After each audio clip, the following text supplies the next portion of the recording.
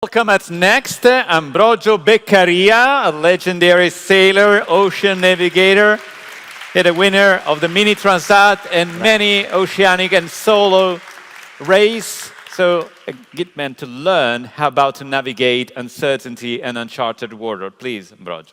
Yeah, thank you very much. Exactly. I am Ambrogio Beccaria, and I am a sailor. And I spend my life in the ocean, and actually I spend a lot of time in the ocean, usually alone, but also in crew or single-handed. And when they asked me to come here, I actually got quite stressed because what a sailor can say here, and I think that sport can be inspiring. Definitely, it has been to me a lot. But what gave me the confidence to come here today was that actually I realized that I do a unique sport. Because in ocean racing, the key is to know yourself very deep and to play with the elements of the nature. So I think it's worth everything I know about that. And I learned a lot of lesson about the ocean. I attended sailing school in Sardinia when I was 11, and here is where I met the maestrale. It's the northwesterly breeze that characterizes the Mediterranean Sea. It burns in the Rhone Valley, and it goes through the Bocche di Bonifacio between Sardinia and Corsica, and then flow down to Sicily and Africa. And here is where I discovered that actually, sailing was not only cruising, but can be also an adrenalinic sport. I discovered what it means to feel the energy of the winds in your hands. I discovered what does it mean to feel the wave on your body. And when you come from a big city like me, from Milano, well, the power of nature is astonishing. I can ask to have it's a little bit smaller because it's super big, the gobbo. I'll double check. Thank you very much. Yeah, and actually, I was super excited about it was there, but thanks you. Sorry, I was looking at the wrong one. And I was super excited about the strength of nature, but actually what intrigues me more is the relationship that a human can build with nature. No? And at that sailing school, I started looking at the good ones, and they were real wizards. I mean, they were able to see invisible forces. Can you see the winds? I was not able at all. And where they were seeing currents, I was seeing only waves, you know. So they could predict the future. Rain, clouds, the wind shift, and it's very important. It's very important in my sports. I understand that these kind of skills that sailors develop through experience are skills that most of the wild animals that live in the oceans, they have already. And we just forgot how to read the elements around us to understand what's going on.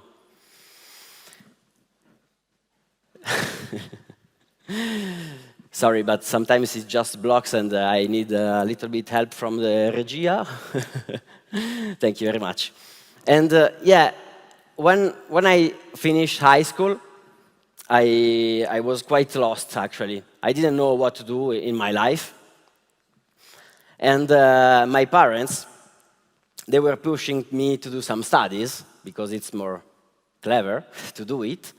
But I was not so sure, because I was interested in physics, but I was really passionate about sailing. So at the end I did something half what they wanted and half what I wanted. So I did naval engineering. So this is it was my choice to be quite in the middle of that. But I remember that all that big doubts that I have in these moments, like, helped me to understand what I wanted to be in my life. And I understand that I want to become a sailor. I want to be a wizard, like the best that I saw in the regattas. But actually, to someone like me, so born in Milano, and no one in the family that know the difference between a boom, a bowsprit, or a keel. Yeah, there are no a lot of possibilities to become a real sailor, right? So, and actually, I was not so brave also to start a career where there were zero certitude, because yeah, sailing is not actually a successful career, let's say. So it's very, very complicated to start, and it's probably that you won't succeed. And so I listened to my parents, and I start studying and I started studying naval architecture. And yeah, so I moved to La Spezia, and it's a small city nearby the sea. I don't know if you know, but it's in the center of Italy. And I moved there, so I was able to do my courses. But actually, I was more interested in finding some times to race on sailing boats than actually studying. Yeah, the university was not my best choice, but at least it gets me by the sea. At that moment, I was happy enough. And here it's where I started racing, really. So I started at the opposite. I started on big boats. Big boats have big crews, and I was one of the youngest, and so one of the small experience on board. So I was not having some more important role. I was not trimming the sail, not helming the boat. And yeah, so how can you grow if you don't have to do actually the job, you know? So how can you grow if you don't have some important role on board? And here it's where I realized that to improve yourself, you have to start doing things that you don't know how to do. So yeah, so I decided that I wanted to do the Atlantic single-handed. So I actually discovered single-handed racing on YouTube. It's a friend that just showed me some videos on YouTube. That's not really romantic ways to discover it. But so when I said to my mother that I was planning to do the single-handed crossing alone, she asked me why I was not on drugs as everyone else. And these stories, every time it's funny, but no, my parents, they were supportive, but this story works very well. But to do single-handed racing, you need a boat, and this is the first big obstacle. Because when you are young and you have to buy a boat, that's a big problem. So I chose to buy a wrecked boat. It was abandoned in the Mini Transat. It was abandoned in Lisbon, 2 years before. Sometimes the best plans are really the most stupid ones, because yes, to resume, I choose to do something that I was not able to do it, and I buy a wrecked boat to do it. And yeah, I can understand your concern now, but at that time, I was sure that this was the best option to me. And actually, it was it. Because I spent 5 years racing with that super small boat, and it's only 6.5 meters, so very small, without communication, satellite communication, without smartphone, without computers. And also electronics charts were forbidden. This was, to me, my master in ocean science. And, but before using all the technologies that are available today, it's super important to me that you build your feelings. And sailing is only about that, having the right feeling at the right moment about the balance of the boat. So if you mix it with too much technology at the beginnings, it gets too complicated. So miles after miles, you build a relationship with the sea and with the boat. And there is one moment that you feel as just as one with the sea. And I think this is thanks to that moment that I became the first Italian to win that race, to win the Mini Transat in 2019. Let me explain briefly how it works, a race like that, because actually I know that it's a sport that a lot of people know. So in a transatlantic race, you start from France, you go to the Caribbean, and this is the easy part to imagine. I mean, you cross the Atlantic, but then you have to sail alone, so sleep and food, there are no break in the middle, so sleep and food are part of the race.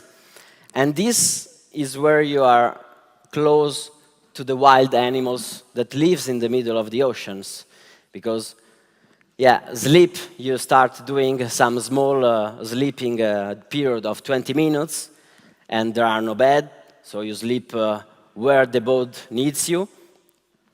And about the food, it's, I mean, it's 2 weeks of dry food, so you can imagine there is no fridge, and you have to deal with it.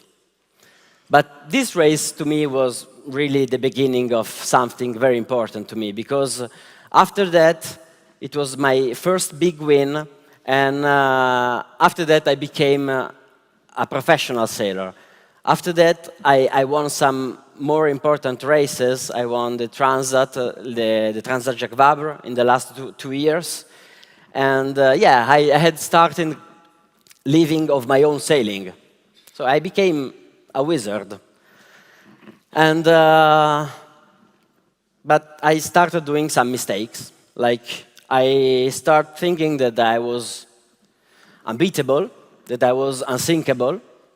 And I actually really thought that. And maybe I wasn't saying that too loud, because it seems so stupid. But to me, the ocean were kind of a comfort zone. So I was not feeling the danger of doing that. And I actually realized that it was not like this. When something happened in the last transatlantic race that I did, that started from Quebec, is a city in the St. Lawrence River in Canada, and we were 3 people on board, and we were sailing towards Saint-Malo in a race called Quebec Saint-Malo. And I mean, at the beginning, the race was perfect. We were leading the fleet out of the river. We were super fast, it was warm, nice wind. I mean, perfect racing conditions. We passed through the Terra Nova Banks, that it's a place where it's full of marine life, full of whales. I mean, it was super nice race. Sorry, I'm thirsty. But then a storm hit. A big one. And one morning I received a text from the race direction saying that Alberto Riva and his crew were rescued by an helicopter. And the boat sank. Alberto is my sea brother. He's someone with I share all my experience on the sea. The first single-handed race that we did in 2016 was one against the other. And he always helped me in my sailing project, and I always try to help him. So when he sank, I suddenly realized how fragile we are in the middle of the ocean. Everything can change in a minute. You can lose everything. And even if they were rescued, we were in the middle of the race. Thanks.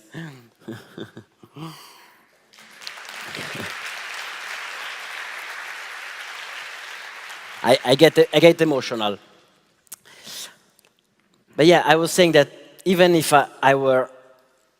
even if they were rescued, I started to cry hard because yeah, I felt so fragile, and that race seems no sense anymore to me. And it was like that the boat heard me because 12 hours later we were sinking too, because the bow of the boat break under too much slamming on the waves during the storm. And yeah, we managed to repair the boat and to save the boat, to go to the Azores. And me and the crew, we were safe. We went there with our boat, but I was super happy, not only because the boat was fine and the crew was fine, but also because the race, that full race, stopped. And yeah, I understand that sometimes the oceans are just stronger than us. Some weeks later, I was on the life rescue. It's a 50-meter ship of emergency that is involved in rescue operation in the Mediterranean Sea. I was a rescuer. It means that I was on the RIB, you know, the small Zodiac that actually do the rescue. So I was on the RIB when we saved more than 40 people that were in danger. Average age was 25 years old. Most of them, they were Syrians.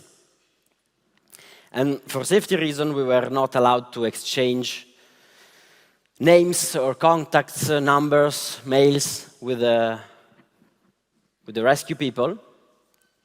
But I will never forget one of them, the youngest alone. It was 14 years old, from Syria. And he asked my name. And I couldn't answer. And he said that he wants to know the name of the man who saved his soul, a 14 years old man. And for sure, yeah, I will never forget this moment.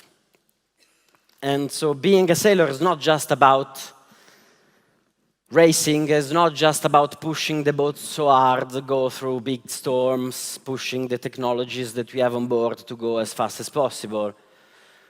But it's also to understand that storms can happen to anybody at any moment. And a sailor can easily understand that if you are on a boat and you need help, but you should be safe, no matter the passport. And the picture of the hurt,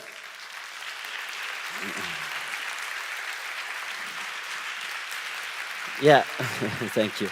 And the picture of the hurt seen